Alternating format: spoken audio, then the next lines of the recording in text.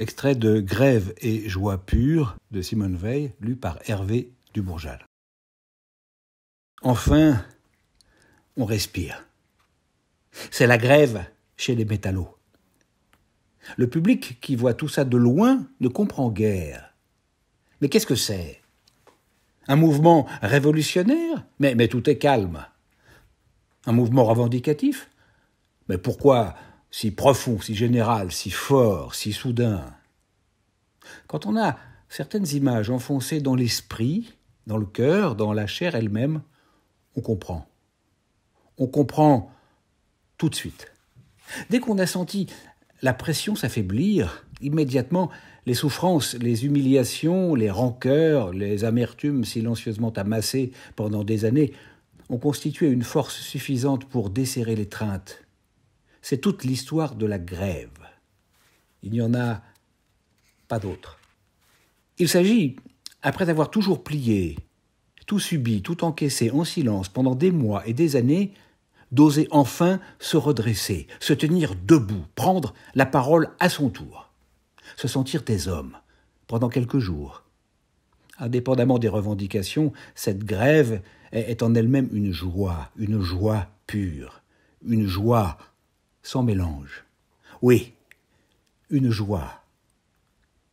J'ai été voir les copains dans une usine où j'ai travaillé il y a quelques mois. J'ai passé quelques heures avec eux.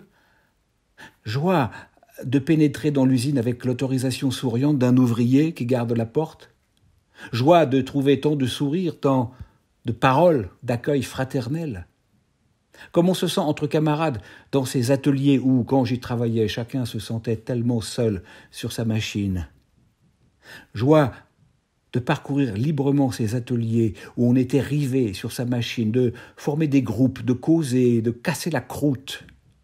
Joie d'entendre, au lieu du fracas impitoyable des machines, symbole si frappant de la dure nécessité sous laquelle on pliait, de la musique, des chants et des rires. On se promène parmi ces machines auxquelles on a donné pendant tant et tant d'heures le meilleur de sa substance vitale, et elles se taisent. Elles ne coupent plus les doigts. Elles ne font plus mal. Joie de passer devant les chefs, la tête haute. On cesse enfin d'avoir besoin de lutter à tout instant pour conserver sa dignité à ses propres yeux contre une tendance presque invincible à se soumettre corps et âme. Joie de voir les chefs se faire familier par force, serrer des mains, renoncer complètement à donner des ordres. Joie de les voir attendre docilement leur tour pour avoir le bon de sortie que le comité de grève consent à leur accorder. Joie de dire ce qu'on a sur le cœur à tout le monde, chefs et camarades, sur ces lieux où deux ouvriers pouvaient travailler des mois côte à côte, sans qu'aucun des deux sache ce que pensait le voisin. Joie de vivre parmi ces machines muettes au rythme de la vie humaine, le rythme qui correspond à la respiration, au battement du cœur, au mouvement naturel de l'organisme humain, et non à la cadence imposée par le chronométreur. Bien sûr, cette vie si dure recommencera dans quelques jours. Mais on n'y pense pas. On est comme les soldats en permission pendant la guerre. Et puis, quoi qu'il puisse arriver par la suite, on aura toujours eu ça. Enfin, pour la première fois. Et pour toujours. Il flottera autour de ces lourdes machines d'autres souvenirs que le silence, la contrainte, la soumission. Des souvenirs qui mettront un peu de fierté au cœur, qui laisseront un peu de chaleur humaine sur tout ce métal. On se détend complètement.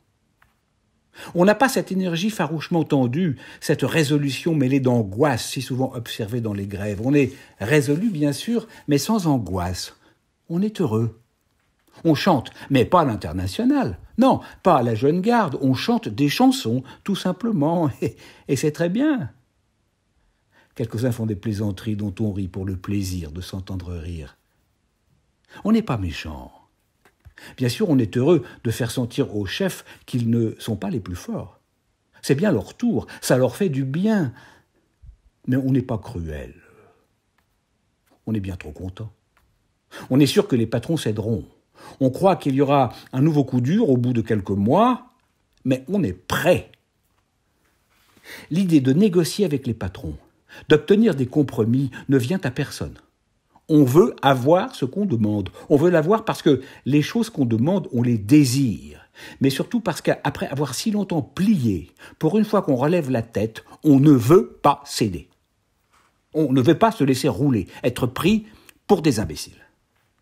Après avoir passivement exécuté tant et tant d'ordres, c'est trop bon de pouvoir enfin pour une fois en donner à ceux-mêmes de qui on les recevait. Mais le meilleur de tout, c'est de se sentir tellement des frères. Et les revendications, que faut-il en penser ? Il faut noter d'abord un fait bien compréhensible, mais très grave. Les ouvriers font la grève, mais laissent aux militants le soin d'étudier le détail des revendications. Le pli de la passivité contractée quotidiennement pendant des années et des années ne se perd pas en quelques jours, même quelques jours si beaux. Et puis ce n'est pas au moment où, pour quelques jours, on s'est évadé de l'esclavage qu'on peut trouver en soi le courage d'étudier les conditions de la contrainte sous laquelle on a plié jour après jour, sous laquelle on pliera encore. On ne peut pas penser à ça tout le temps. Il y a des limites aux forces humaines. On se contente de jouir pleinement, sans arrière-pensée, du sentiment qu'enfin on compte pour quelque chose, qu'on va moins souffrir, qu'on aura des congés payés. Cela, on en parle avec les yeux brillants. C'est une revendication qu'on n'arrachera plus du cœur de la classe ouvrière. Qu'on aura de meilleurs salaires et quelque chose à dire dans l'usine, et que tout cela, on ne l'aura pas simplement obtenu, mais imposé. Les militants ont en ces jours une terrible responsabilité. Nul ne sait comment les choses tourneront. Plusieurs catastrophes sont à craindre, mais aucune crainte n'efface la joie de voir ceux qui, toujours par définition, courbent la tête, la redresser. Ils n'ont pas, quoi qu'on suppose au dehors, des espérances illimitées. Il ne serait même pas exact de parler en général d'espérance. Ils savent bien qu'en dépit des améliorations conquises, le poids de l'oppression sociale, un instant écarté, va retomber sur eux.